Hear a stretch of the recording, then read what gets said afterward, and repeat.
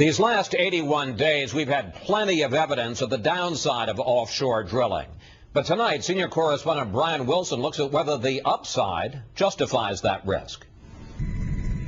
The spill in the Gulf may well be the worst ecological disaster in the history of the United States. When you see pictures like this, or like this, it's easy to wonder about the wisdom of offshore drilling. Is it really worth the risk?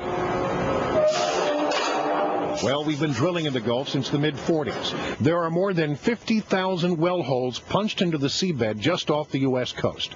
And yet, in more than 60 years of Gulf drilling, the BP spill is the first major spill to occur in the U.S. coastal waters of the Gulf of Mexico. Up until this accident, I mean, since 1947, the spill rate in the Gulf of Mexico is 1/1000th of 1% of all of the oil produced. They have had a stellar record. The Gulf of Mexico provides 10.6% of the crude we use in America each day, roughly equal to the amount of crude we take in from Canada, our single largest provider of imported crude.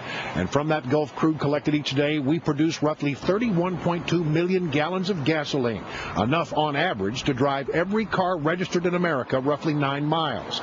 That same crude provides 6.5 million gallons of jet fuel, enough to fly a fully loaded Boeing 737 to the moon 9 times. So if you drove your car today or bought goods that were delivered by a truck or took a vacation flight to get away from it all, you benefited from the drilling that occurs in the Gulf of Mexico. And if that oil weren't there, it would have a dramatic impact on the U.S. economy.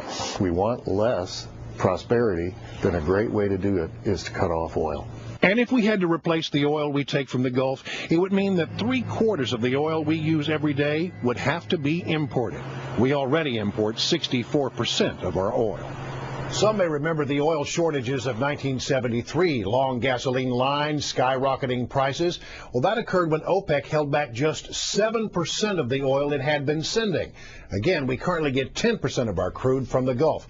Clearly, the BP spill is a disaster of the likes we have never seen, but to stop or significantly curtail the drilling in the Gulf could create an economic disaster.